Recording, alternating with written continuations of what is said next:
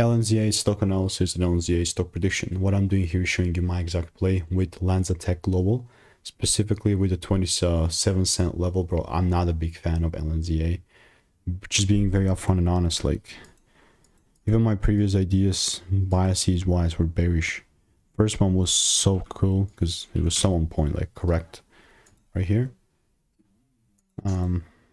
Yeah, at the time, 2 months back, right, it was 27 cents. I was looking to take it to like 14, 15 cents. This, practically speaking, got the first break if there is a second one selling, because it then pumped up, so it kind of didn't count.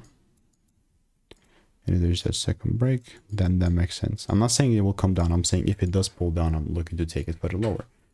But if you want to learn the knowledge that's taken me 5 years to learn in like literally a few hours, click the first link in the description. Get the Discord and all the workshops. 1,200 people have gotten it. And I'll see you in the next one. All reviews 5 stars. Get the insights, risk-free, first link below.